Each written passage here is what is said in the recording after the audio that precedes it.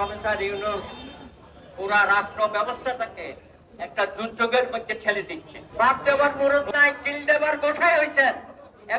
প্রতিদিন প্রতিনিয়ত বাংলাদেশে যেসব ঘটনা ঘটছে আমরা দেখতে পাচ্ছি, সরকার অসহায় নীরব ভূমিকা পালন করছে। আপনি সেগুলো করতে পারেন না, গোসাই।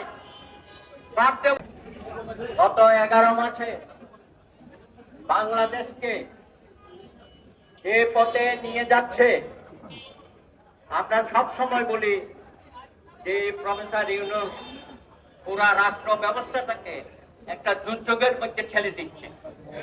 প্রতিদিন প্রতিনিয়ত বাংলাদেশে যেসব ঘটনা ঘটছে আমরা দেখতে পাচ্ছি, সরকার অসহায় নীরব ভূমিকা পালন করছে। আপনি সেগুলো করতে পারেন না, গোসাই। বাদ দেবার মুরত নাই, কিল দেবার গোসাই হয়েছেন। এখন বিচার বিভাগের উপর চেপে বসেছেন। অতীতের সমস্ত নিয়ম কানুন, কাস্টমারি, সংবিধানে দিক নির্দেশনা ব্যত্যয় ঘটিয়ে আপনি নতুন ভাবে এখানে কার্যক্রম শুরু করেছেন।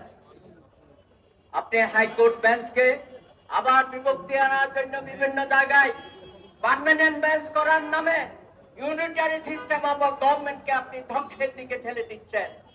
আপনি এটা কোথায় পেয়েছেন? জনাব ইউনূস এবং আসিফ নজরুল দুইজনে মিলে বাংলাদেশে একটা তালগোল পাকিয়ে যাচ্ছে। কেন? 18 কোটি মানুষ আপনাদেরকে ক্ষমা করবে না। আপনি অর্ডিন্যান্সের পর অর্ডিন্যান্স জারি করছেন। এইসব অর্ডিন্যান্সের কি মূল্য আছে? আগামীতে যারা সরকার গঠন করবে, নির্বাচিত প্রতিনিধিরা এইসব অর্ডিন্যান্স যদি ফেলে দেয়, তখন আপনাদের কি অবস্থা হবে? তখন তো জনগণ আপনাদেরকে বিচার চাইবে। আপনারা এইসব অর্ডিন্যান্সের মাধ্যমে যেসব অপকর্ম করে যাচ্ছেন, এই অপকর্মের জবাবদিহিতা আপনাদেরকে জাতির সামনে দিতে হবে এবং আপনারাও ভবিষ্যতে বিচারের আওতায় আসতে হতে পারে। তাই দয়া করে বিচারপতি নিয়োগে যেসব কার্যক্রম গ্রহণ করেছেন, আমরা আইনজীবী সমাজ মনে করি এটা সংবিধানের পরিপন্থী। এবং যেসব ঘটনা আপনারা ঘটাচ্ছেন আমরা দেখতে পাচ্ছি, অতীতেও যেরকম এই বিচারপতি নিয়োগে শেখ হাসিনা এবং তার সরকার 9-6 করেছিল, আপনি এখন 18 আর 12 শুরু করেছেন। এইটা আমরা কোনোদিনও মেনে নেব না। দয়া করে এই পথ থেকে বিরত থাকেন।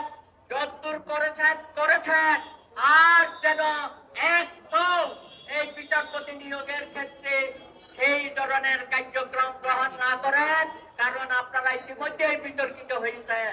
সুতরাং বিতর্কিত কোন কমিটি, যাচাই বাছাই কমিটি বাংলাদেশের সর্বোচ্চ আদালতে বিচারপতি নিয়োগ দেবে, আইনজীবী সমাজ সেটা কখনো মেনে নেবে না। আশা করি আপনি আমাদের মেসেজটা পেয়ে যাচ্ছেন। না হলে সারা বাংলাদেশের 80,000 আইনজীবী ঐক্যবদ্ধ